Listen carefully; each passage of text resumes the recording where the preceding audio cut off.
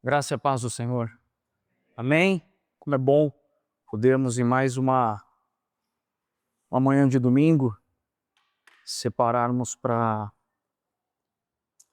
falar com o Senhor, para nos vermos. Uma das coisas que a gente tem sempre compartilhado entre nós, que quando nós nos reunimos, quando nós nos encontramos, pelo menos por muito tempo eu sempre usei a expressão de que a gente está indo à igreja para ouvir uma mensagem ou para ouvir a voz de Deus, e de fato nós ouvimos o Senhor, mas a gente vem ao ajuntamento dos santos também, irmãos, para celebrar com alegria a vida em família.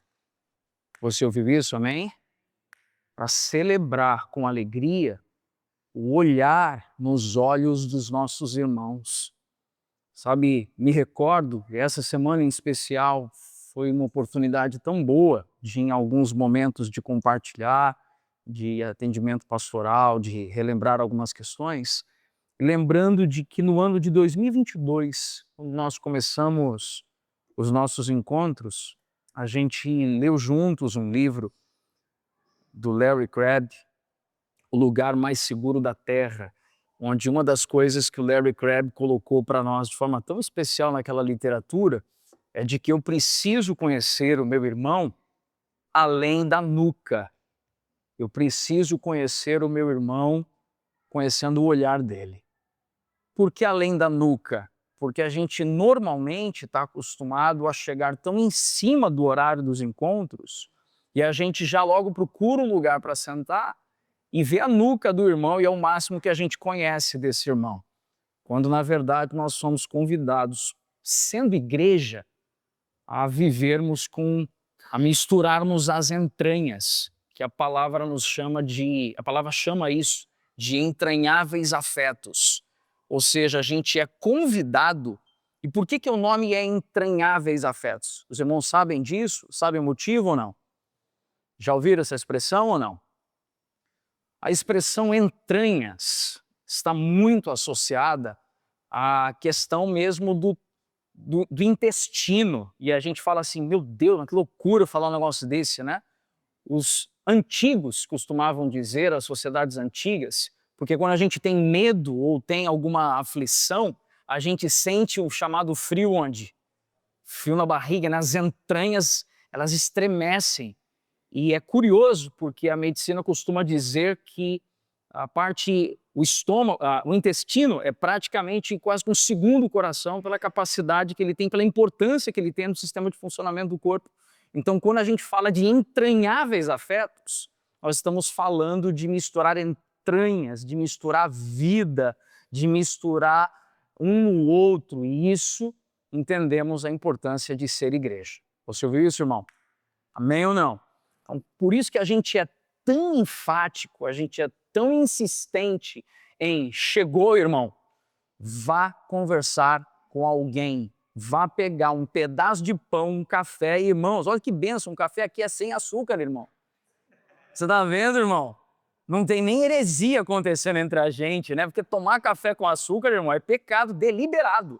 Entendeu, irmão? Pastor, eu vou orar por você. Se você toma café com açúcar, irmão, eu vou orar por você. Entendeu? Você vai ser liberto disso, entendeu? Amém, irmão? Isso é muito importante a gente compreender o que a gente veio fazer domingo de manhã. Quando a gente fala sobre Paulo dizendo sobre o culto racional, rogo-vos, pois, irmãos, pelas misericórdias de Deus, que apresenteis o vosso corpo como sacrifício, que irmão? Vivo, santo e agradável a Deus, e isso é o culto o quê? Racional. E a gente às vezes confunde o culto racional somente com cantar alto, somente com chorar enquanto canta. Quando na verdade o culto racional é ofereço a minha vida. Para quem? Ao Senhor. Mas quem ama ao Senhor, o amor ao Senhor se desdobra em serviço aos irmãos. Então isso é o nosso culto racional. Amém, irmão? Quero te dar um conselho e um encorajamento. Ponha gente na sua agenda semanal. Você ouviu o que eu disse, amém ou não? Ponha irmãos, pessoas, dentro da sua agenda semanal. De você chegar aqui no domingo e você olhar um irmão que você tomou café na semana passada. E aí daqui a pouco você olha o irmão que você jantou na semana retrasada. E nisso nós vamos vivendo os entranháveis afetos. Quantos compreendem a importância disso de verdade, irmãos? Amém? Quero começar o compartilhar dessa manhã abrindo a Bíblia em 2 João, não é o capítulo, né? 2 João, não tem nem capítulo aqui, né? Eu vi que eu tenho um errinho de digitação aqui já no meu esboço. À medida que você encontra, fique de pé em seu lugar. 2 João, nós vamos ler dos versos 7 ao 13. 2 João, 7 a 13.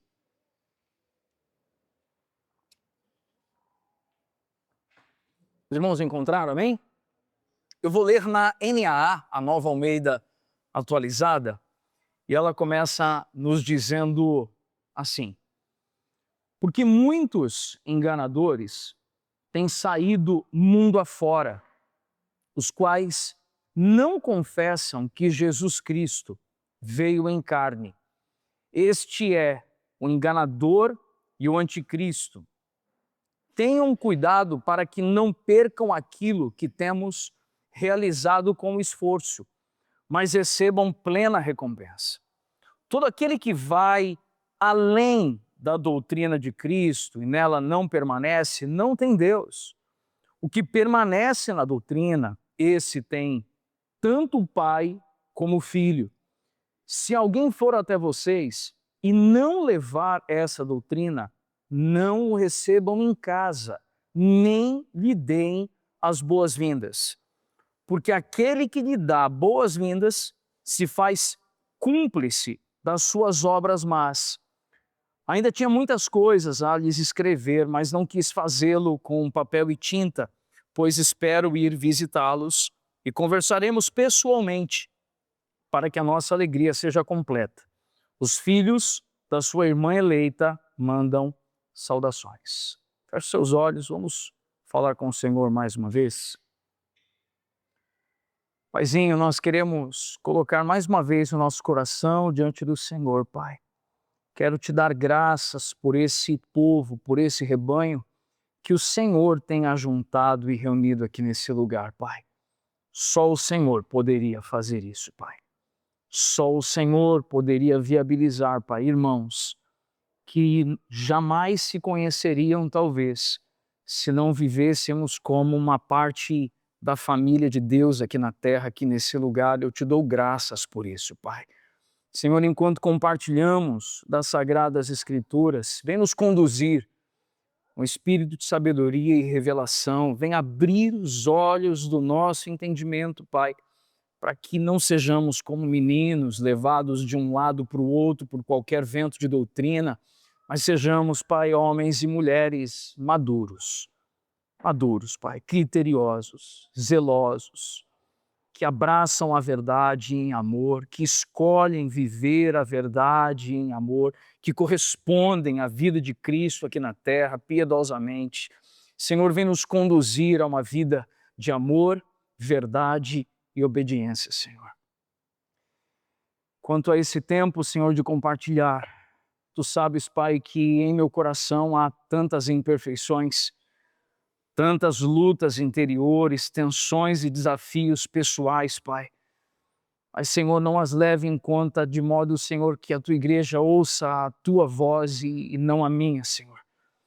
Que seja o Teu tom, o Teu timbre de voz aos ouvidos e corações desse rebanho que é Teu, Pai, e não o meu jeito de ser, o meu jeito de falar. Tem misericórdia da minha vida, Senhor. Que as minhas lutas interiores não sejam, Senhor, um agente que dificulta o fluir e o compartilhar da Tua palavra. Por isso, estende mais uma vez, Pai, a Tua misericórdia, a Tua graça sobre a minha vida. Em nome de Jesus, Pai. Amém, Senhor. Amém, amém. Pode se sentar, meu irmão. Irmãos, quantos estiveram presentes na semana passada aqui? Quantos estiveram presentes semana passada, irmãos? Nós compartilhamos o início de 2 João, onde tivemos a oportunidade nós lemos todo o capítulo, vemos toda a segunda carta, e também compartilhamos sobre o apóstolo João ter sido extremamente firme em chamar aqueles irmãos, aquelas igrejas que estavam ali na Ásia, a responsabilidade de viverem em amor, mas também andarem sob a verdade. E eu me recordo de ter utilizado uma expressão na tentativa de ser didático, de ser bem pedagógico, de que verdade e amor são grandezas o que? Alguém lembra da expressão que a gente usou ou não? Verdade e amor são grandezas diretamente proporcionais. O que a gente quer dizer com isso? Que quanto mais elevamos o nível de verdade, também então elevamos o nível de amor. E quando sonegamos a verdade, achando que estamos demonstrando amor, na verdade a gente começa a viver o esfriamento do amor nas relações com o Senhor, na igreja local. Quantos compreendem? Quantos lembram disso que a gente compartilhou semana passada? Amém? E o apóstolo João, uma das coisas que ele estava escrevendo era sobre a importância de amar. A primeira carta ele fala muito sobre amor, naquele método que a gente utilizou, o método espiralado, de falar as mesmas coisas várias vezes, só que cada vez com maior profundidade.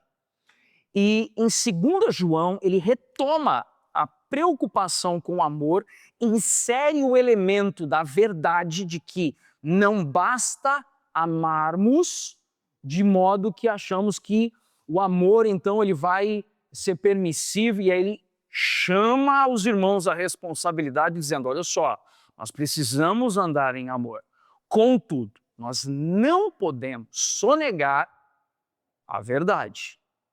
E existe um aspecto que a gente sempre vai precisar ter cuidado, porque se a gente diz, não, a gente tem que amar e tal, nós incorremos em um risco. O risco do quê, irmãos? Alguém lembra que a gente compartilhou? Se a gente diz que tem que amar e não e tal, é o risco da permissividade. A gente passa a ser permissivo com os diversos erros que alguém pode estar vivendo aqui, e a gente não, porque ama, então a gente, não, está tudo bem e tal. Contudo, existe o outro extremo, e o outro extremo é alguém que diz, e muitas vezes arroga para si, o direito de dizer o quê? A verdade. E aí, não, eu preciso ser verdadeiro. E aí, em nome de ser verdadeiro, você se torna um grande legalista, moralista, duro, rude, estúpido nas relações. Porque Jesus veio aqui na terra caminhando de que forma, irmãos? Em graça e em verdade. Jesus andou aqui na terra demonstrando o amor enquanto anunciava a verdade. Você ouviu o que eu disse ou não? Ele andava, o que eu disse, igreja? Andava em amor enquanto anunciava a verdade. Por isso, todos os relacionamentos em nível de igreja, familiar, eles devem ter as duas coisas em igual medida. Caminhar com a verdade, andando sempre em amor. E nesse cenário, o apóstolo João, ele já chegou nesse ponto até o verso de número 6, ele anunciou até aqui. Mas quando ele entra no verso de número 7, nós percebemos João agora meio que chamando a igreja para uma nova preocupação. E a preocupação que João está levando é com os enganos que estavam acontecendo no meio da igreja. Nós percebemos aqui, eu quero trazer como um tema para essa mensagem, dentro da série Conselhos Pastorais, o tema para essa mensagem é quando a graça é adulterada. Você ouviu o que eu disse ou não? Quando a graça é deformada por ensinos erráticos ou ensinos enganosos. E eu quero começar esse compartilhar, irmãos, dizendo que o nosso maior desafio vivendo aqui na Terra é que a gente quer crescer em maturidade. E uma das marcas de quem cresce em maturidade não é porque cresceu apenas na capacidade de amar. De fato, é curioso percebermos que irmãos mais maduros conseguem ser mais longânimos. Você crê que o que eu estou dizendo é uma verdade bíblica, amém ou não? Irmãos que são mais maduros conseguem ser mais pacientes. Irmãos mais maduros conseguem exercer mais a misericórdia. Contudo, irmãos, a maturidade está associada também à capacidade de discernir. Nós não podemos ser aqueles que alegam amar ou andar na verdade, mas nós somos cegos para algumas coisas que estão diante dos nossos olhos e tratamos tudo como algo que possa ser acessado e trazido para a nossa vida. Nós precisamos ter o filtro e a régua da palavra de Cristo pura e simples. Isso fala de uma necessidade que a igreja dos tempos antigos apresentava. E a igreja do tempo atual também precisa, que é a capacidade de discernir, irmãos. Nós precisamos discernir não apenas o que é falado, mas discernir também aquilo que é praticado à nossa volta. Uma das maiores necessidades da igreja contemporânea, então, qual é a igreja?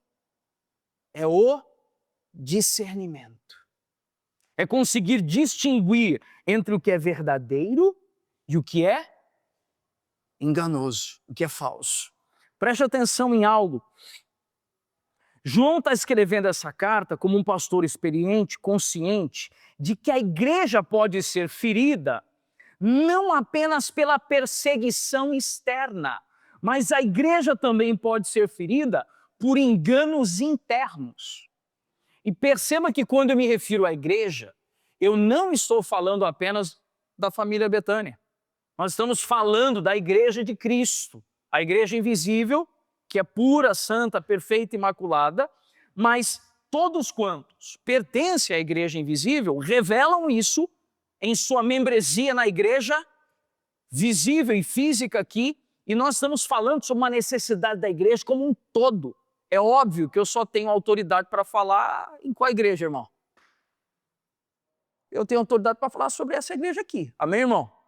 E agora perceba algo, que o nosso maior desafio não é só ficar olhando lá para fora, dos ataques que estão acontecendo de fora para dentro, mas também é responsabilidade da igreja observar possíveis enganos que possam eclodir internamente.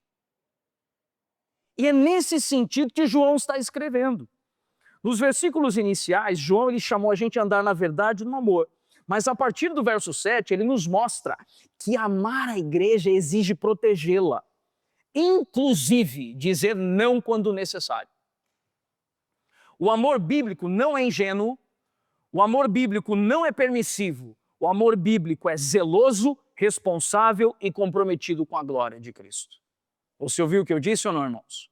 Sabe, deixa eu te dizer uma coisa, irmãos. Uma das maiores tensões que a gente sempre vai viver, querendo viver como igreja, querendo ser igreja, é que quando nós observarmos erros acontecendo entre nós, desafios acontecendo entre nós, é responsabilidade da própria igreja confrontar enganos e desvios a fim de defendê-la internamente. Não apenas preocupação de alguém lá de fora causar dano aqui dentro, mas é a preocupação de alguém de dentro causar dano para os que estão de dentro. Os irmãos ouviram o que eu disse ou não? Amém? E era isso que João estava dizendo. João estava preocupado com isso. A partir do verso 7, mantenha a sua Bíblia aberta. Olha que interessante, no verso 7 ao 9, João diz assim: porque muitos enganadores têm saído mundo afora, os quais não confessam que Jesus Cristo veio em carne. Esse é o enganador e o anticristo. Sabe, nesse aspecto, tem algumas traduções que elas não necessariamente vão conseguir traduzir aquilo que eu gostaria de construir aqui, por isso que eu escolhi essa daqui. E por isso que quando a gente vai estudar um texto bíblico, a gente vai pregar a gente ler pelo menos umas 4 versões, traduções diferentes, a fim de compreender melhor o texto. Uma pergunta que nós, enquanto cristãos, precisamos responder assim, de bate-pronto. Qual é o evento, o marco histórico que claramente revela a divindade de Cristo e a obra da redenção? Alguém já falou aí, é o quê? É a ressurreição de Cristo. A ressurreição de Cristo, Cristo ter levantado dentre os mortos, ele está inaugurando a nova humanidade por meio do seu corpo. E sabemos que um dia o nosso corpo vai ser como o corpo dele, o corpo glorificado, o corpo perfeito. E nesse sentido, olha que interessante, leia com calma o texto. O verso 7. Porque muitos enganadores têm saído mundo afora, os quais não confessam o que, irmãos? Que Jesus Cristo veio em carne. Deixa-me utilizar uma expressão aqui. Quando nós vemos esse texto nessa tradução, esses falsos mestres que estavam inclinando para o gnosticismo, eles não estavam negando que Jesus tinha ressuscitado, afirmando necessariamente que Jesus não tinha ressuscitado, quando eles estavam com os irmãos. Eles não chegavam nas igrejas dizendo, não, Jesus não ressuscitou. Sabe o que esses gnósticos faziam? Esses líderes que estavam aproximando do gnosticismo faziam? Eles não tocavam no assunto. Alguns biblistas, alguns estudiosos costumam chamar isso de esvaziamento cristológico. Porque se ele não toca no elemento da ressurreição de Cristo, ele não toca no evento que marca o surgimento de uma nova humanidade. Então ele está tornando o Cristo tão somente um rabino moralista. Ele está tornando o Cristo apenas um homem bom que viveu aqui na terra e a gente tem que tentar ser parecido com ele. Não, irmãos. A ressurreição de Cristo é o epicentro do cristianismo e do evangelho. Onde estão compreendendo isso? E aí, nesse sentido, essa expressão, guarda essa expressão, biblistas chamam isso de quê que eu disse aqui? Esvaziamento cristológico. Estão diminuindo, tirando, roubando de Cristo parte da sua obra, que é a sua ressurreição. E nesse sentido, João, ele não está tratando isso como um problema pontual, ele está tratando isso como um problema amplo. Ele está dizendo que são muitos enganadores. Olha a sua Bíblia, o que está dizendo aí? Não está dizendo alguns. Está dizendo o quê, irmãos? Muitos enganadores. Negar que Cristo veio em carne não é apenas um erro doutrinário. Negar que Cristo veio em carne está esvaziando a suficiência da obra de Cristo. E aqui a gente encontra uma situação muito comum dos falsos mestres nos nossos dias. Porque veja bem, irmão, se você estiver sentado na frente de um programa de TV ou na frente do YouTube, estiver passando uma pregação e alguém que você até conheça em nível de Brasil ou em nível global levantar a voz e dizer, não, Cristo não ressuscitou, imediatamente você vai fazer o quê, irmão? Pode falar a verdade, imediatamente você vai fazer o quê? Pum, você vai desligar. Estou certo ou não, irmão? Isso quer dizer que há outras formas nos dias atuais de provocar esse esvaziamento cristológico. Quais são as outras formas contemporâneas desse esvaziamento cristológico? E eu quero trazer aqui um aspecto extremamente desafiador para nós mantermos sempre aceso. Eu já trouxe isso aqui, mas nós vamos reforçar isso, que é a introdução de elementos meritocráticos na salvação. Sempre que nós colocarmos mérito humano na obra da salvação, nós estamos esvaziando a obra suficiente de Cristo. Você ouviu o que eu disse ou não? Nesse sentido, perceba que quando nós acrescentamos elementos meritocráticos, nós estamos subtraindo elementos inerentes da obra de Cristo. E nesse sentido, também há outro aspecto de esvaziamento cristológico, que assim como Cristo, por conta do seu amor, ele deu a sua vida por nós, e ele então, depois da sua morte, levanta dentre os mortos, ele ressuscita, há aqueles que não vão trazer o elemento da obra da salvação como sendo da parte de Cristo, mas também haverão aqueles que trarão uma mensagem subtraindo verdades bíblicas, como, por exemplo, o juízo eterno. Você entendeu o paralelo tão desafiador? Que o esvaziamento cristológico nos dias atuais não vai falar que Jesus não morreu. Não vão dizer isso. Mas os falsos ensinos hoje vão permear o que, irmão? Introduzir o elemento do mérito humano na obra da salvação, ou esvaziar, ou subtrair verdades espirituais, como, por exemplo, que um dia nós todos nos apresentaremos diante do grande trono branco, a fim de que todas as nossas obras sejam julgadas. E nesse cenário, João está preocupado. João está tenso aqui, por quê? Porque ele está olhando e dizendo assim, eu estou percebendo que vocês estão começando a baixar a guarda. E eu quero que vocês mantenham a régua da verdade alta e, por favor, cuidado com o que vocês estão ouvindo aí. Cuidado com o que vocês estão trazendo para o ouvido, porque do ouvido desce para onde, irmão? A fé vem pelo ouvir e ouvir a palavra de Deus. E tudo que a gente ouve desce para onde? Para o coração. E a boca fala do que o coração está cheio. Então o que a gente vê e o que a gente ouve desce para onde? Para o coração. E por isso que tem tanto crente falando abobrinha. Sabe por quê? Porque está ouvindo abobrinha.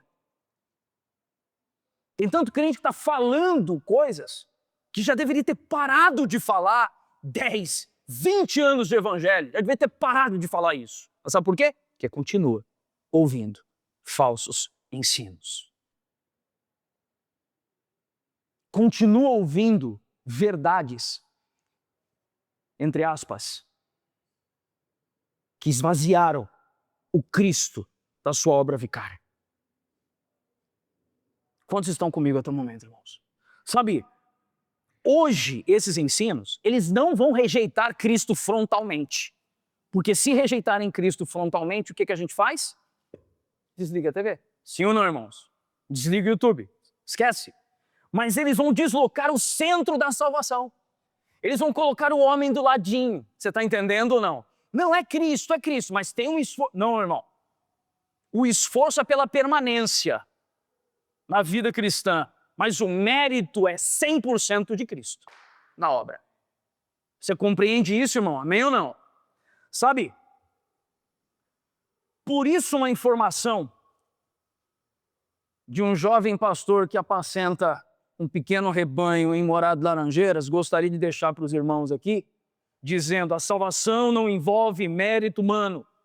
O mérito é de Cristo. Ela envolve esforço, sim, esforço de mortificação da carne, para que não vivamos por meio de Adão, mas por meio de Cristo. O engano está em transformar a obra humana em condição para a justificação, irmãos.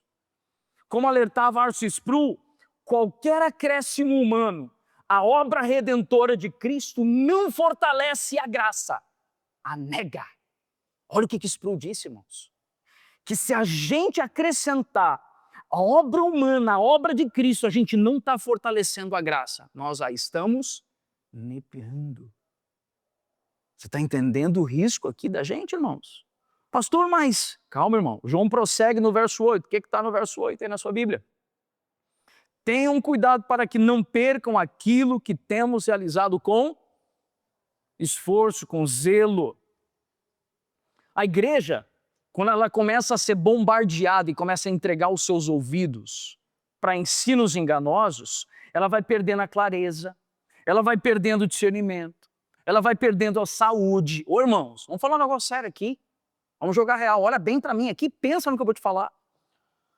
Quantos de nós já viram igrejas sérias mudando o curso das coisas ao longo do tempo, porque começaram a flertar com a obra humana misturando a graça divina? Que o Senhor nos guarde, irmãos, porque também estamos sujeitos a isso. Que o Senhor nos livre disso, de tornar a meritocracia parte da obra redentora. Sabe, todas as vezes que a gente substitui a suficiência de Cristo pelo desempenho religioso, a gente está fazendo isso. Esvaziamento cristológico. O seu desempenho religioso, irmão, não é nada diante da miséria que Cristo suportou em nosso lugar. Isso é graça. E a graça não habitava em nós, ela nos foi outorgada gratuitamente no amado. Você ouviu isso? Nesse cenário, Wiersbe costuma dizer que esses falsos mestres, aí preste atenção nisso, irmão. Os falsos mestres, como eles colocam mérito humano ali, eles prometem um progresso espiritual, mas conduzem a um retrocesso disfarçado. Peraí, falsos mestres, segundo Wiersbe, prometem o que eu disse aqui, igreja? Progresso espiritual. Deixa eu te falar um negócio. Você tem ideia? E nesse sentido, é parte da minha incumbência na localidade zelar por um ensino onde a gente busque não se desviar. É claro que os irmãos ouvem a minha oração aqui quando eu estou no púlpito. E a minha oração muitas vezes tem sido: Senhor, não quero que seja a minha voz, o meu tom, mas seja a tua voz, o teu tom de voz, porque de fato eu preciso ter esse cuidado, apacentando o rebanho de Cristo. Agora eu quero te chamar a atenção que muitas vezes quando eu me posiciono, me gera uma indignação, me gera uma tensão interior de irmãos que emprestam os seus ouvidos a expressões como: não, agora vem o novo de Deus na sua vida.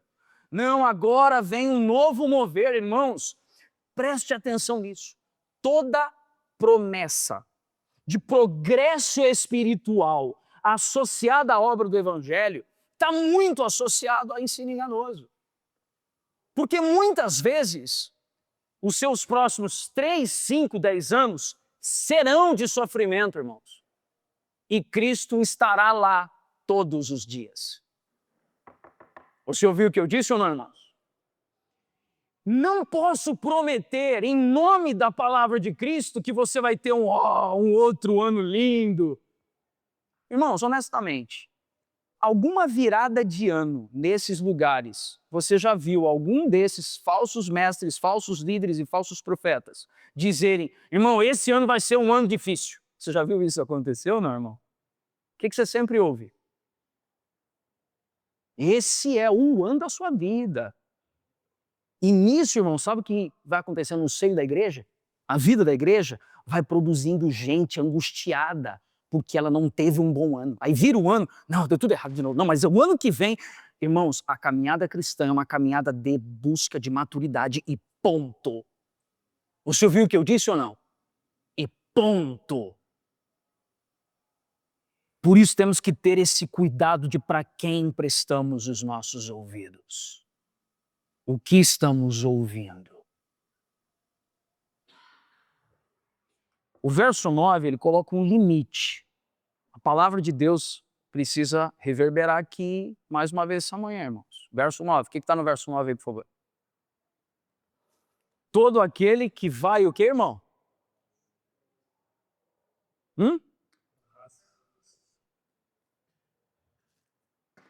Todo aquele que vai além da doutrina de Cristo e nela não permanece, não tem Deus.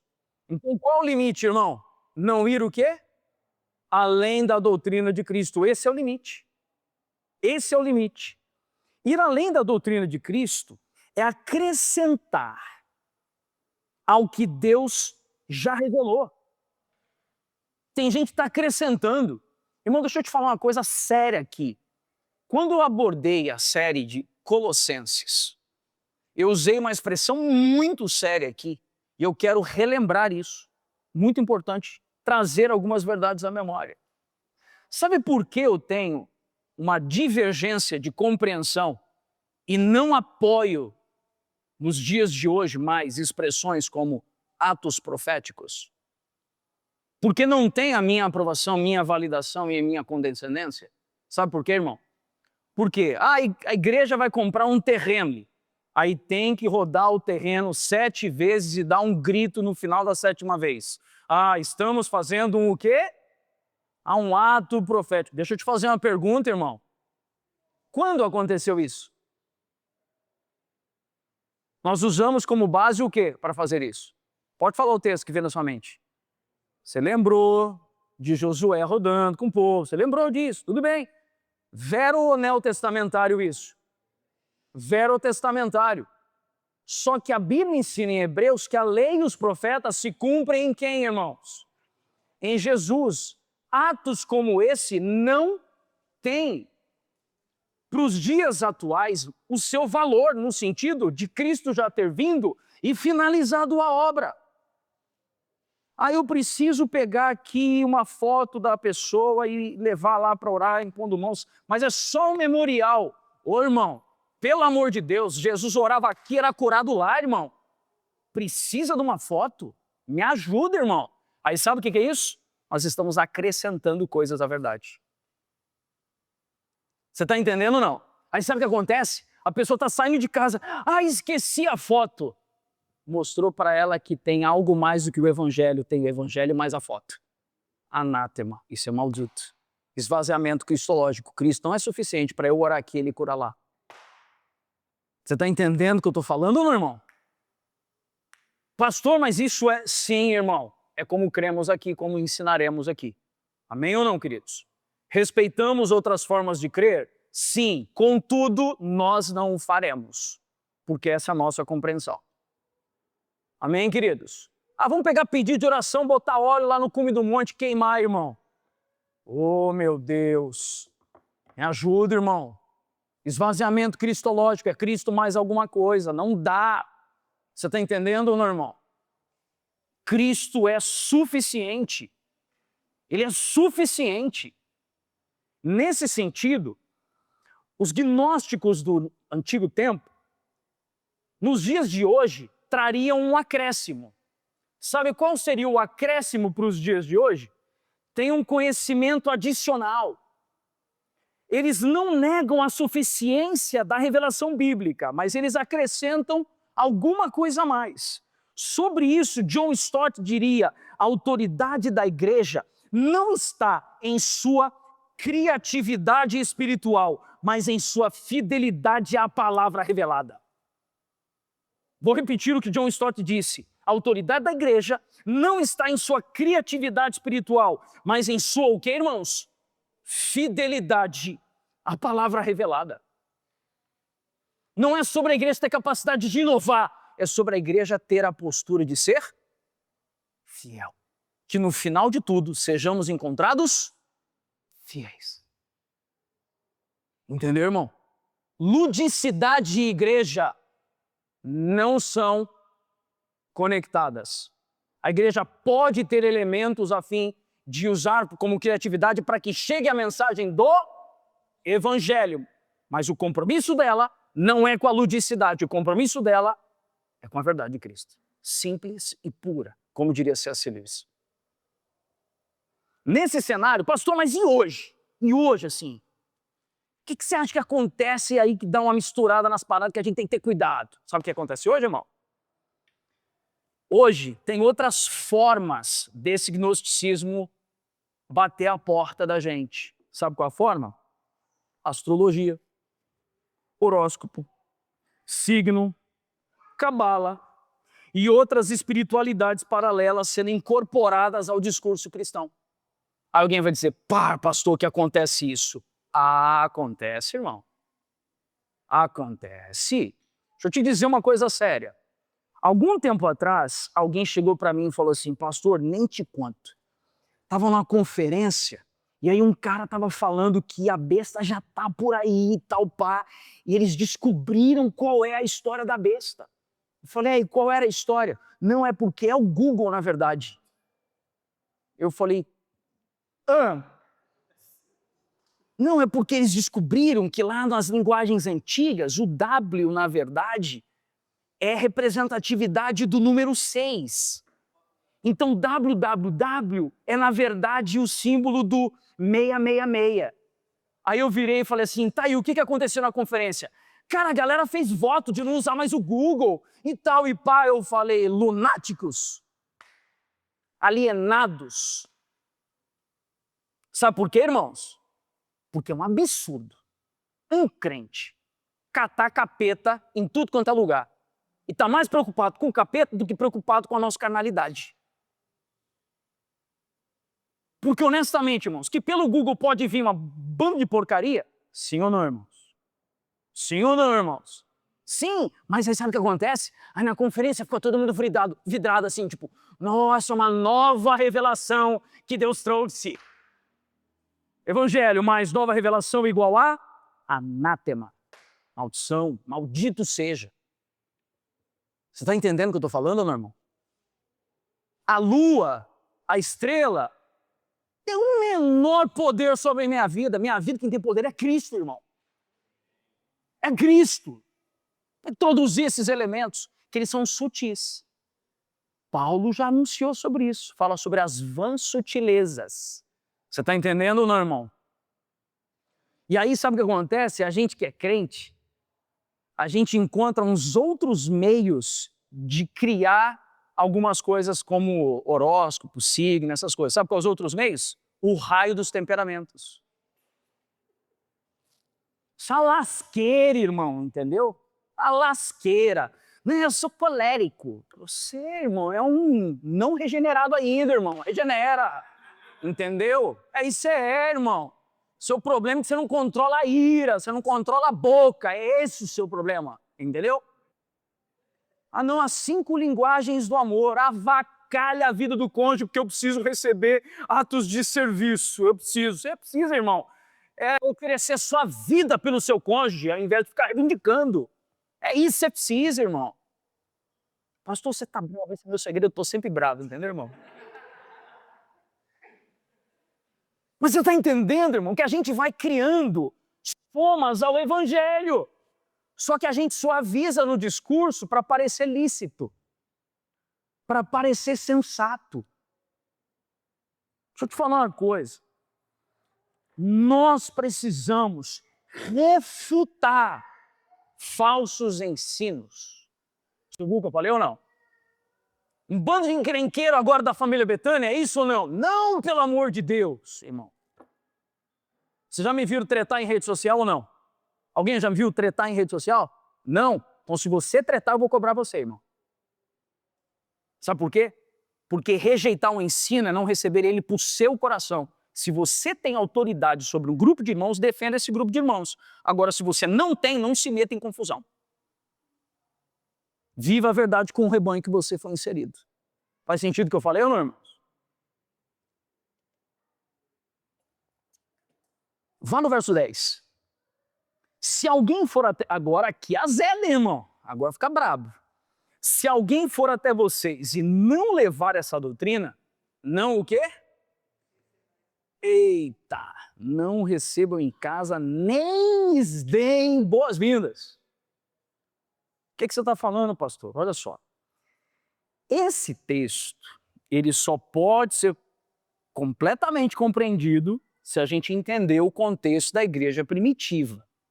Porque se a gente lê esse texto olhando para 2026, a gente vai entender errado. Deixa eu te fazer uma pergunta. O que você acha que esse texto está dizendo? Ah, se tem alguém que está ensinando alguma coisa errada e tal, o que é para fazer? Não é para fazer o quê? Para receber ele em casa. Nem para dar o quê? As boas-vindas. Aí alguém já falou assim, não, pastor, acendeu uma lista na minha cabeça que eu não vou receber nunca mais na minha casa. Né? É sobre isso que nós estamos falando? Não, irmãos. Naquela época, onde era a reunião da igreja? Onde era a reunião da igreja? Então, não recebam essas pessoas na qualidade de autoridade para falar à igreja. É isso que o texto está ensinando. Você está entendendo ou não? Resumindo, nós não vamos botar nesse púlpito aqui alguém que vai chegar assim, traz o sal grosso aí, traz o sal grosso. Nunca vai pisar num púlpito aqui, irmão. Tudo bem? A botar o chapelão para arrumar o trízimo. Não, irmão. Não, irmão. Por quê? É isso que o texto está combatendo. Nós não daremos notoriedade e visibilidade e voz no coração da igreja a alguém que está ensinando algo que seja enganoso. Fez sentido agora o texto ou não, irmãos? Amém? Nesse cenário, e aí preste atenção, os lares, eles funcionavam, guarde essa informação, quem gosta de anotar, registra aqui 3 coisinhas. Os lares funcionavam como centro de culto, comunhão e missão. Vou repetir, os lares funcionavam como o que eu disse? Centro de culto, comunhão e o quê? Missão. Os mestres e missionários itinerantes dependiam da hospitalidade dos irmãos para repouso, para alimento e sustento. Então, como é que funcionava no período da igreja primitiva? O irmão é enviado, por exemplo, por Paulo e Silvano, Paulo e Silas. Ele era enviado para uma cidade para pregar. Chegava na cidade, quem cuidava desse irmão? A igreja. Ficava hospedado onde, irmão? Na casa de irmãos, a igreja. Quem que sustentava? Quem que dava alimento para ele? A igreja. E na hora que era a hora do culto, do ajuntamento, quem falava? Esse irmão. Então, o que João está ensinando aqui agora? Liga os pontos. João está ensinando o quê? Se chegar entre vós alguém com ensino enganoso, não entregue a essa pessoa quarto, comida e voz, porque ela vai causar dano à vida da igreja. É isso que o texto está dizendo, irmãos. Quantos estão compreendendo aqui? Pastor, mas eu não faço isso. Calma, irmão. Presta atenção.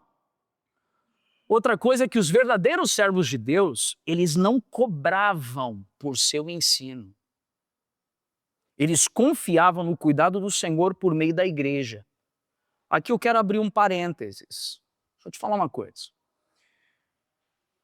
Na igreja primitiva, quando um irmão chegava na cidade e ele pregava, passava semanas ali formando Cristo na vida do povo, o povo voluntária e generosamente abençoava aquele irmão. Certo? Só que ao longo dos séculos, nós temos o surgimento do modelo capitalista. E o modelo capitalista realça o anseio do ter em detrimento do repartir. Amém o que eu disse ou não? E isso fez com que inúmeros homens sérios que não cobravam passarem a cobrar, porque ele servia a igreja uma semana inteira, cuidava de gente, na hora de ir embora, tapinha nas costas, que o Senhor te abençoe, Deus proverá. Deus proverá o irmão por meio do povo, gente. E isso era reconhecer a autoridade de um irmão que estava ali, proclamando a verdade do evangelho. E o que os falsos mestres e líderes estavam fazendo? Adivinha, irmão? Eles criaram o capitalismo religioso antes do modelo capitalista como a economia surgiu. Porque eles chegavam na cidade para pregar e na hora de ir embora, o que eles faziam? Molha minha mão. Você entendeu a primeira característica de um falso mestre ou não, irmãos? Que põe uma condição para a proclamação. Qual é a condição para a proclamação? Recebimento. Duro isso, né, irmãos? Falsos líderes no meio da igreja.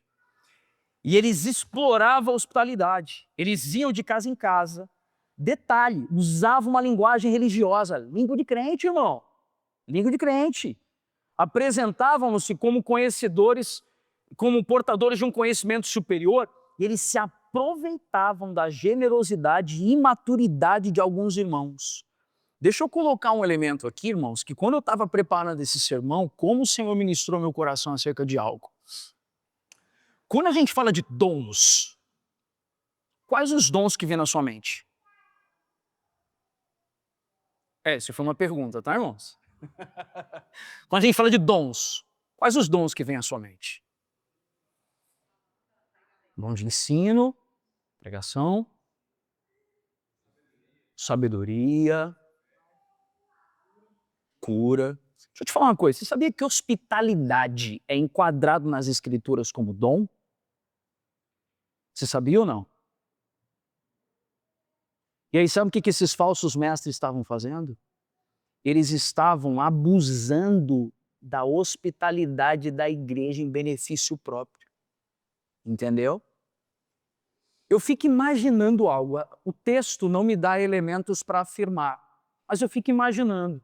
Ele escolhia a melhor casa para ficar hospedado, o irmão mais abastado, e ficava balançando o coqueiro, como a gente costuma dizer. Jogando verde.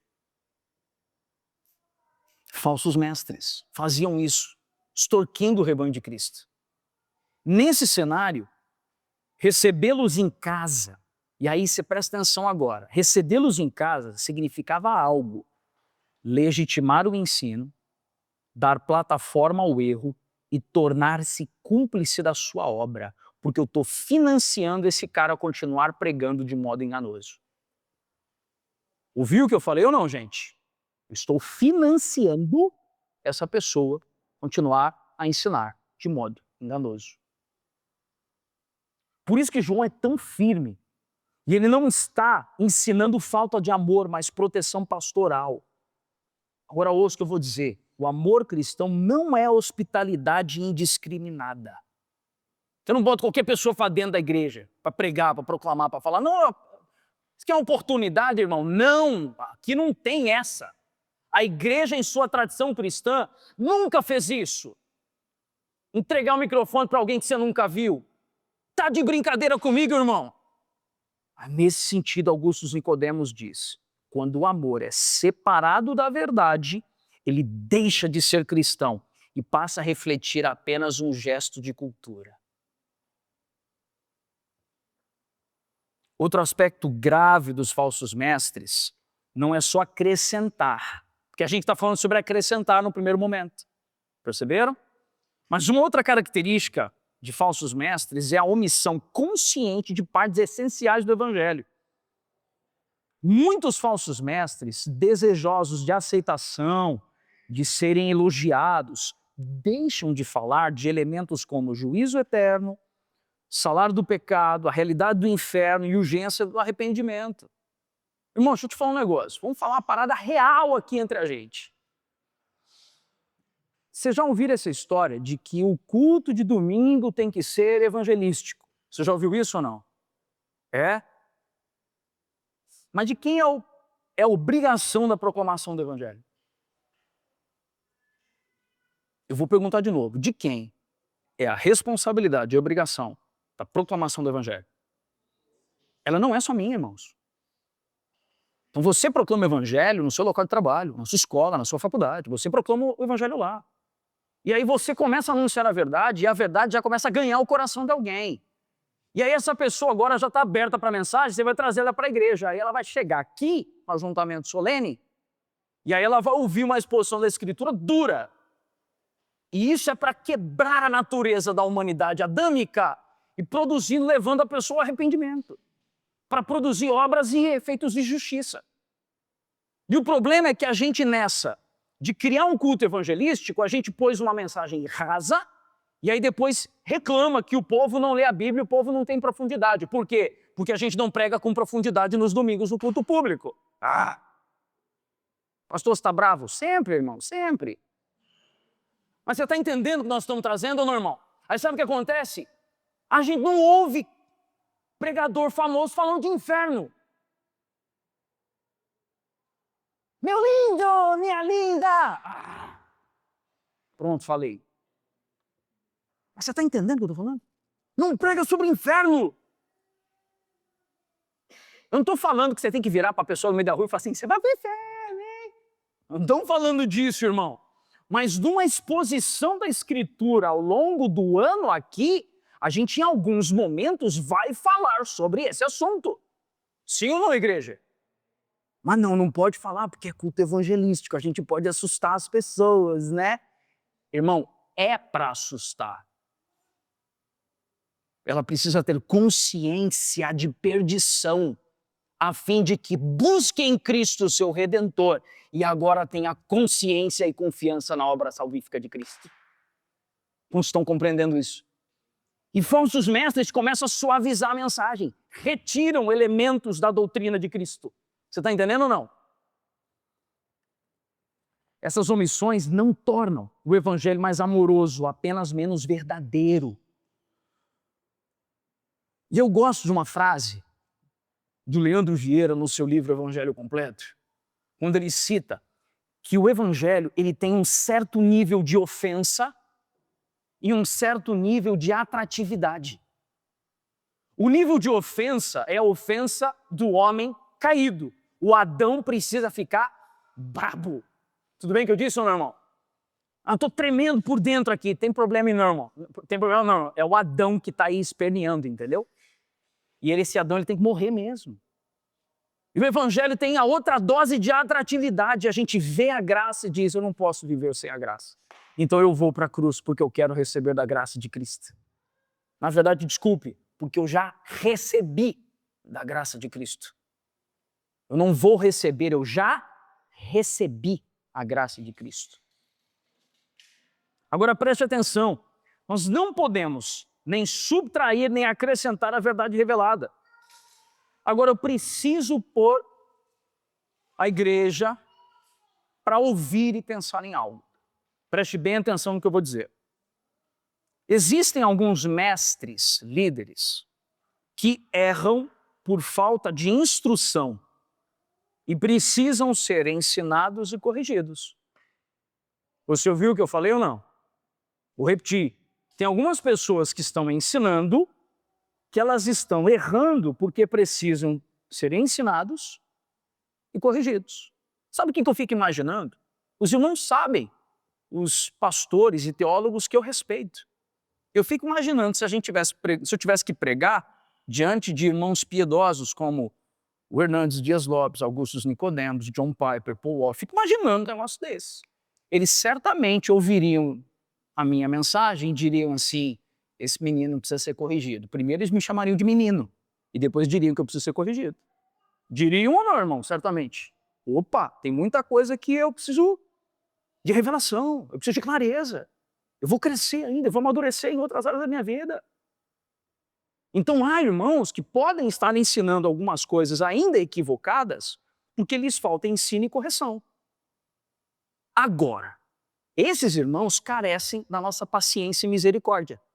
Você ouviu o que eu disse ou não? Eu vou repetir. Esses irmãos carecem da nossa o quê? Paciência e misericórdia.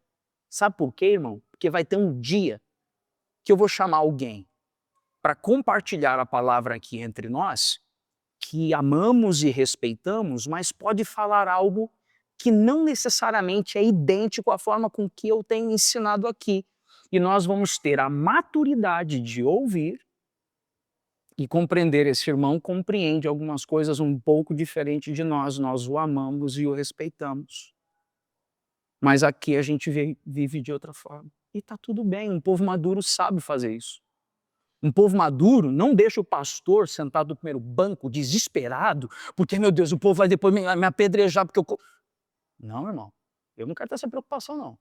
Porque nós estamos formando gente madura aqui.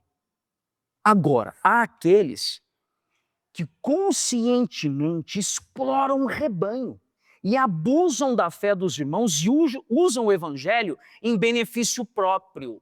Sobre esses, sequer entregaremos o microfone.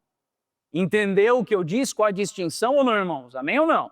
Sobre esses que deliberadamente torcem a verdade para o seu bel prazer, sequer entregaremos o microfone. E aí, nesse cenário, esses últimos mostram uma marca muito clara. Eles têm uma preocupação excessiva consigo mesmos. Eles têm uma preocupação excessiva com a sua aceitação. Brigam por reconhecimento. Falam muito sobre uma expressão que eu detesto, cultura de honra. Já ouviu essa maldita frase ou não? Você não entende cultura de honra. Ah, sim, honra ao Cristo, né? Porque no meu caso, eu sou um servo inútil, irmão. É óbvio que na prerrogativa pastoral tem coisas que o pastor vai exercer a sua autoridade por meio das Escrituras. A autoridade é de quem, irmão? É da Escritura. Mas há líderes doentios em buscarem honra a si mesmos. E isso é uma característica de falsos mestres. Cultura de bajulação no meio do povo, assim, sabe? Entre pastores e líderes. suporto isso, irmão. Tenho pavor disso. Se não citar o nome do irmão do pastor lá, o cara fica... Ah, pelo amor de Deus. De acordo com Hernandes Dias Lopes, a igreja peca tanto pela ingenuidade quanto pela omissão. Agora, irmãos, eu vou vir numa carreira aqui pancada de instruções para a gente ficar atento. Eu gostaria que os irmãos dessem total atenção a alguns elementos aqui. Presta atenção. A igreja peca tanto pela ingenuidade quanto pela omissão. Você tem a Bíblia na sua casa, tem ou não, irmão? Então use ela como régua, como filtro. Não fique esperando aparecer a revelação na sua cabeça, do nada. Filtre. Hospitalidade cristã não pode ser separada da fidelidade doutrinária. Então a quem damos voz? A quem é zeloso pela doutrina. Pode em algum momento até diferir um pouco de nós, mas é zeloso pela doutrina bíblica. Você está ouvindo o que eu disse ou não, irmão? E, pelo amor de Deus, eu preciso aproveitar essa mensagem e deixar um recado. Que não sejamos uma igreja chata. Sabe o que é uma igreja chata? É uma igreja que não sabe ouvir outros irmãos. É uma igreja que traz um outro para pregar aqui e o pastor fica sentado no primeiro banco apavorado se a igreja está recebendo ou não. Igreja chata. Você está entendendo ou não? Isso é sério, irmão. Nós precisamos nos relacionar com a cidade. E isso fala de, muitas vezes, trazermos irmãos piedosos que zelam pela doutrina bíblica, podem ter alguma diferença ou não conosco, mas está tudo bem. Por quê? Porque depois segue o fluxo, irmão. A gente continua. Amém ou não? Isso é sabedoria. João proíbe a hospitalidade indiscriminada não por dureza, mas por proteção. Mas, pastor, como isso se aplica hoje? Segura agora aí, irmão. Segura o lombo, presta atenção. Isso se aplica hoje a ouvir qualquer pregador sem critério. Pôs na TV, botou a mensagem e estou lá, bebendo. Não tem critério nenhum. Pega o copo d'água, põe na frente da sua TV, aí a gente vai orar, depois você vai beber a água. Ô, irmão, já vi isso. E vi gente fazendo.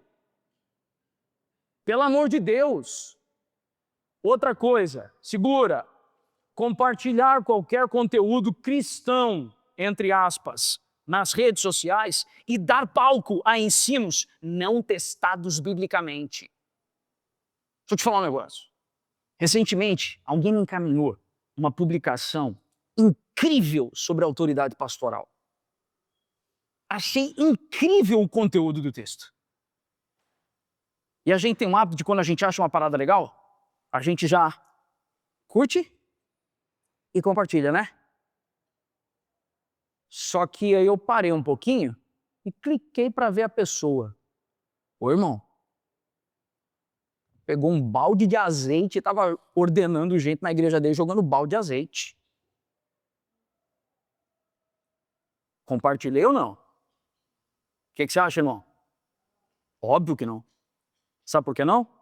Porque eu estou dando notoriedade e visibilidade para alguém que está ensinando algo completamente desconexo daquilo que nós temos ensinado aqui. E eu estou dando voz e plataforma para uma pessoa que não está comprometida com aquilo que nós entendemos como sendo a verdade pura e simples do Evangelho e das Escrituras.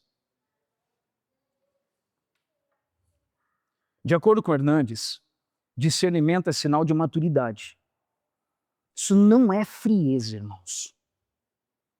Isso não é frieza. Os irmãos em Bereia, eles ouviram Paulo, olha que interessante. Eles ouviram quem pregando? Paulo, e eles examinaram minuciosamente tudo que Paulo ensinou e só foram conversar com Paulo no dia seguinte. Talvez a gente olhasse para essas pessoas e chamasse essas pessoas de quê? Eles são frios, né? Estão lutando para serem fiéis, irmãos. As Escrituras. Cristãos maduros não correm atrás de novidade, não se escandalizam com a verdade e não negociam a centralidade de Cristo. Deixa eu te dizer uma coisa, como é sério isso. Alguns meses atrás, recebi um vídeo de um irmão me perguntando sobre um assunto. Os irmãos sabem que eu evito entrar em polêmica e às vezes eu nem gravo áudio, nem escrevo texto. Eu ligo para responder porque eu não quero nem que tenha registro para usarem depois contra mim. Eu quero zelar pelo ensino e não pela polêmica. Mas uma pessoa conhecida na nação, usando a parábola do filho pródigo de forma completamente distorcida e equivocada, fez uma oração em um púlpito brasileiro de uma grande igreja, dizendo: Senhor, eu não posso passar miséria aqui na terra, eu reivindico a parte da minha herança que o Senhor tem para mim na eternidade. E sabe qual foi o pior? Um monte de gente aplaudindo, celebrando isso, irmão. Você entende que quando a gente está ensinando aqui, nós estamos encorajando a igreja a ter uma régua nas Escrituras? Você entende isso, meu irmão? E o pior, irmão, às vezes a pessoa fala isso e tem gente que começa a chorar e tal. Por isso que nós não podemos ser almáticos em tudo quanto ouvimos, mas precisamos zelar cuidadosamente pelo que ouvimos. A quem emprestamos o nosso ouvido? Porque aí você vê um crente muito materialista, pergunta para ele o que ele está ouvindo. Pergunta. Ele está ouvindo isso aí. Diz que ele é materialista.